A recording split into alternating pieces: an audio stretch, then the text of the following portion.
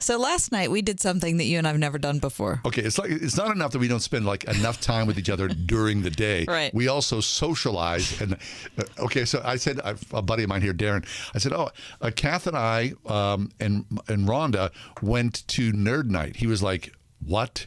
You surrounded by your 2 wives?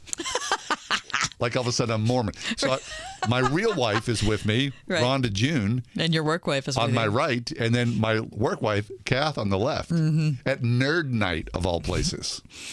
So we got like an invite to this from our friend Ralph Crew, who's a nerd himself for sure, and a guest on our program. And he said, "Hey, I'm doing a thing," and I looked it up and I was like, "Nerd Night, what's that?" And so I sent it to John, and John was like, "Well, I think we have to go to that." And I said, "Yeah."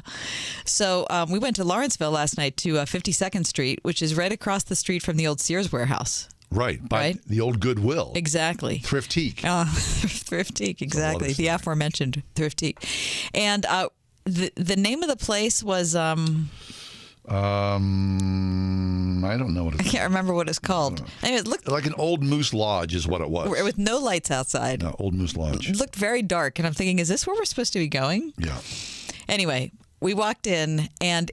It was a blast. It was really fun. We were there for, 3 hours or something. Oh, easily, yeah. And here's the weird thing. It's been around since 2003. Nerd Night. Yeah. And it was our first time. Yeah. So picture a room with about 200 people, mostly between the ages of 30 and 40. Yeah. I would say.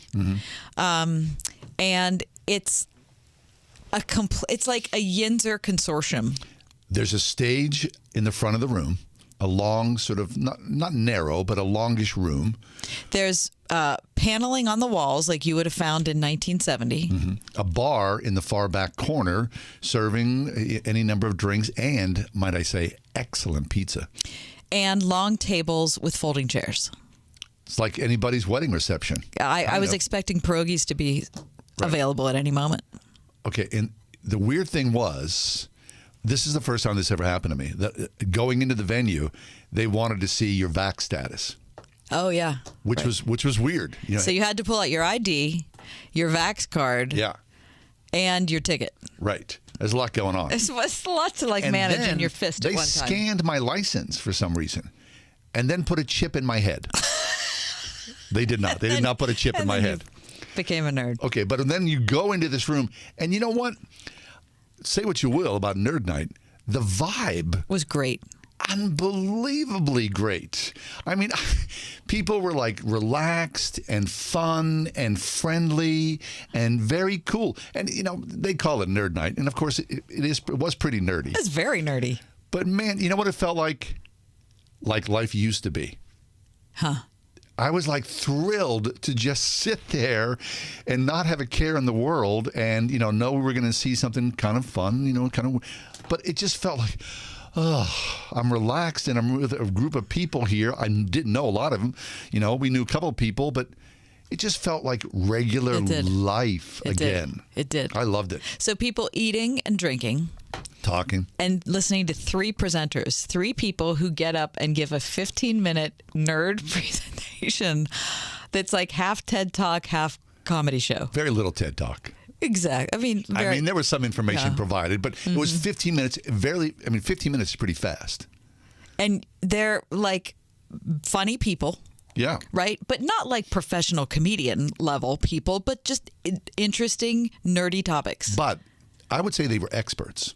Certainly, all 3 of them for sure chart. Experts. Right. I mean, no question experts. So our first guy was a friend of ours, Ralph Crew, who we've known from the Carnegie Science Center. He's also a software engineer. He's also, I would say, a bass player. Extraordinaire. Yeah. I mean, he riffed. So he did the history of the electric bass. And he also played classical music on the bass.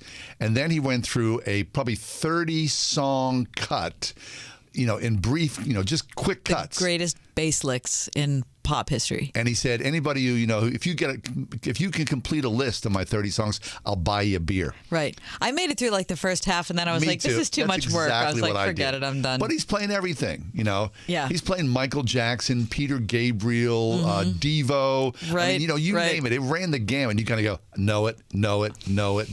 And he's just ripping on it. Him and a guy who's like Ryan, I didn't meet Ryan, but he was a very funny drummer. Playing the drums. And the glockenspiel. A lot of fun. Really great. Then there was a little 15-minute break. Right. Then there was Abby, who told us all about the euphonium. Euphonium? I did not know the euphonium and the tuba are like close cousins. Kissing cousins. Yeah. Right.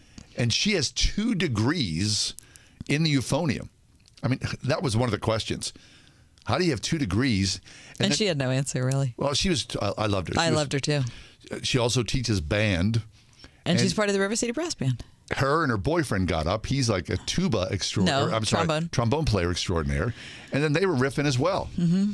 And then we took a 15-minute break, and then our friend Doug Oster comes up, Gardening with Doug. He's a monthly guest on our show. But he wasn't talking about gardening. No, we've talked for years to Doug about, how to plant bulbs and what to do with your iris and when do you put your lettuce seeds in. And he's telling me 2 weeks ago how I need to start a seed farm in my basement under the grow light. Right. So then, what's Doug talk about? Bass. Fishing for bass. Not bass.